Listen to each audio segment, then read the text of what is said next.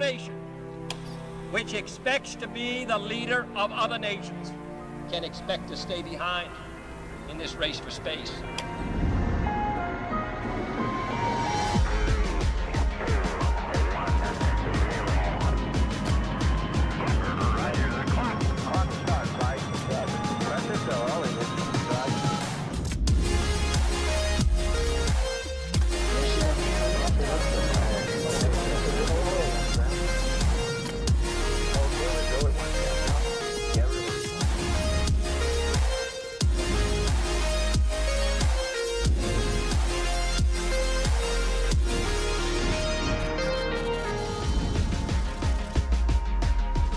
The world's first 3D printed rocket. Rockets built and flown in days instead of years. That is the mission at Relativity. Relativity.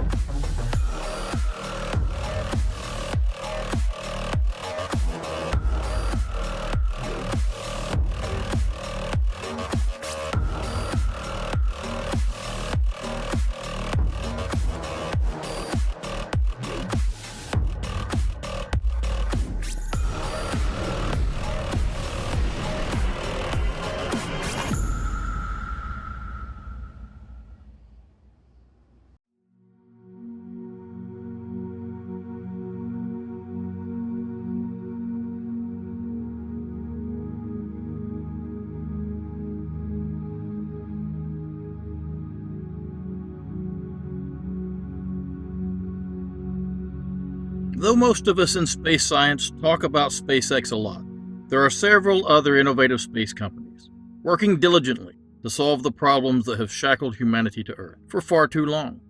One of these is Relativity Space, which plans to use its proven Stargate technology to build not just one, but two orbital rocket systems. Relativity Space was founded in 2015 by Tim Ellis and Jordan Noon. Mr. Ellis was born in Plano, Texas in 1990. He went to college at the University of Southern California to study screenwriting, but quickly switched to aerospace engineering and studied at the famous Rocket Propulsion Lab. Along with Mr. Noon and many others, he helped to launch the first student-designed and built rocket into space. He went on to finish a master's degree in aerospace engineering and had 3 internships with Blue Origin. He worked on the BE-4 engine, covered in several of our lessons, as a propulsion development engineer, and on 3D printing of engine components, helping to develop Blue Origin's in-house 3D printing facilities. This experience impressed upon him the belief that 3D printing was an important technology for sustainable spaceflight. He and Mr. Noon founded a company with the goal of 3D printing an entire functioning rocket. Jordan Noon was born in 1992 in Pasadena, California. He completed a bachelor's degree in aerospace science at the University of Southern California, where he studied with Mr. Ellis. Mr. Noon was the first student and youngest person in the world to get FAA clearance to fly a rocket to space. The rocket was called Traveler 4.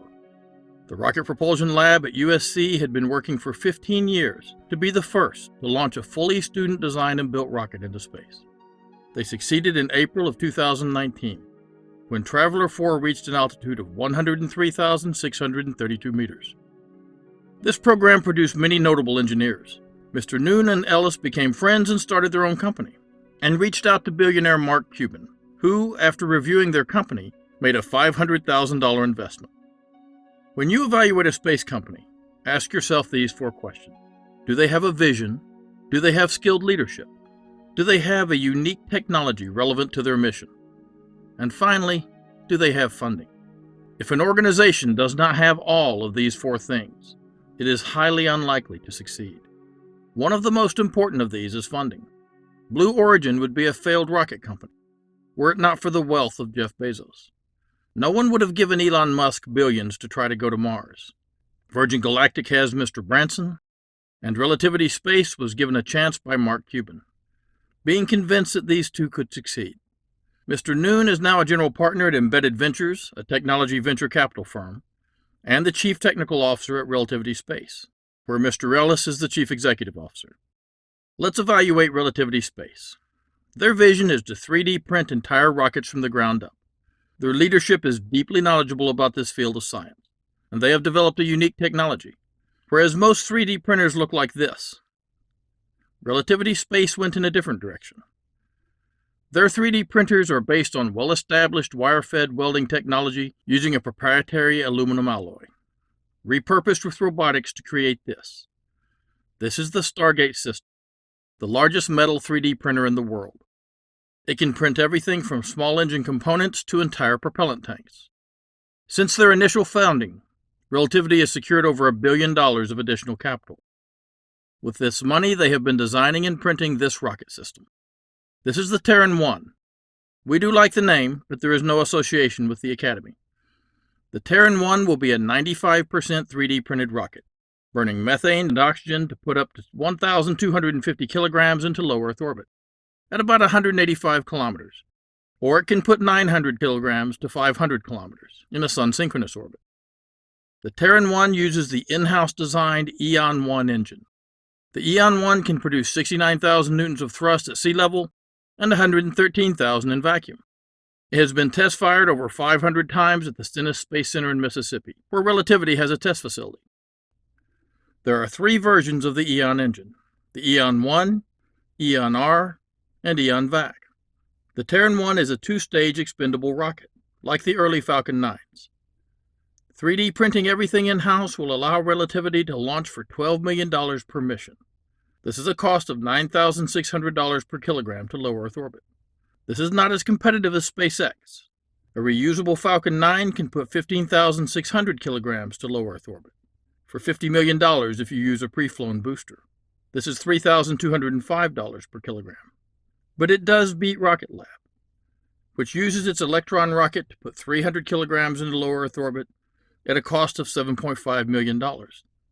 This works out to $25,000 per kilogram. The Electron rocket focuses on the small-sat market. A small satellite is usually considered to be under 500 kilograms. Relativity has contracts to launch telecommunication satellites for Telsat out of Canada, Moose Space from Southeast Asia, Spaceflight Industries out of the United States, which controls the Black Sky Global Geospatial Intelligence Service, and Momentous Space, which designs space tugs to extend the life of satellites already in orbit. The Terran 1 has 9 Eon 1 engines, while the second stage will have 1 vacuum engine. The Terran 1 will use methane for fuel and have autogenous pressurization. Relativity is able to print one of these every 60 days.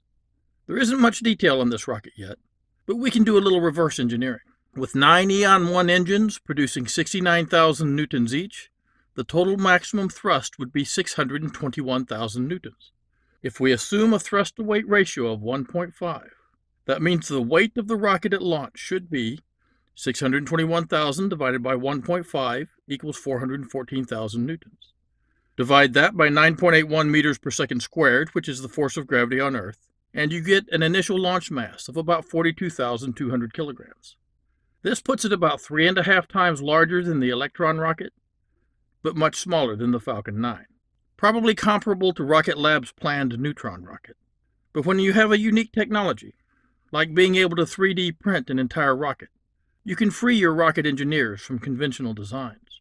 To compete more directly with SpaceX, Relativity has announced this beautiful rocket system. This is the Terran R.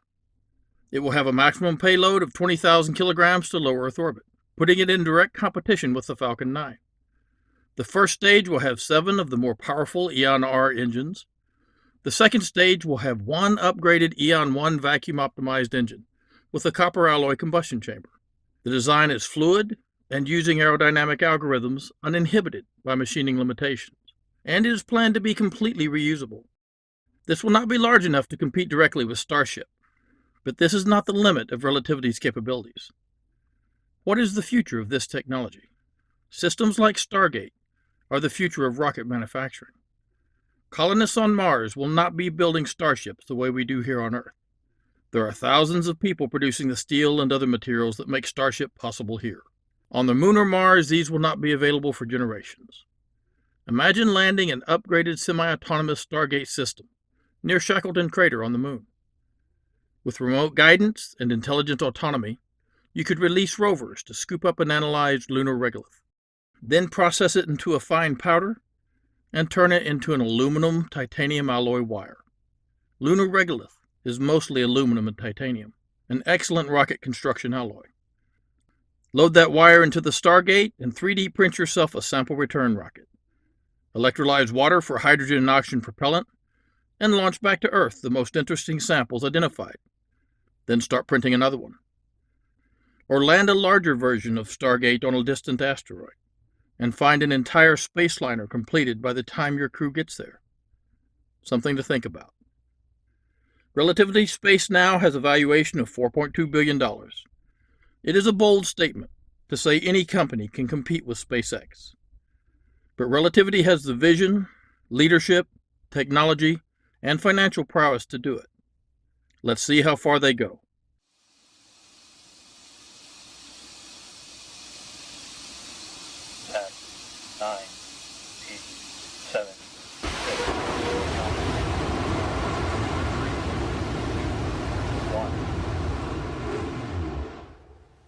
Well, that was unexpected. It could happen to anyone. Really. You'll do great next time. Don't give up.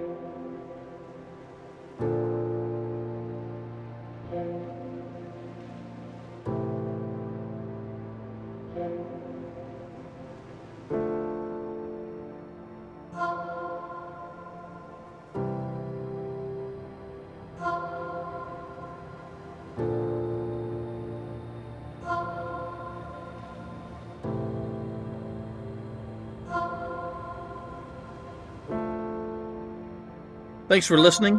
Please don't forget to like and subscribe. Help us out on Patreon if you can, and stay safe. At Astra Pro Terra.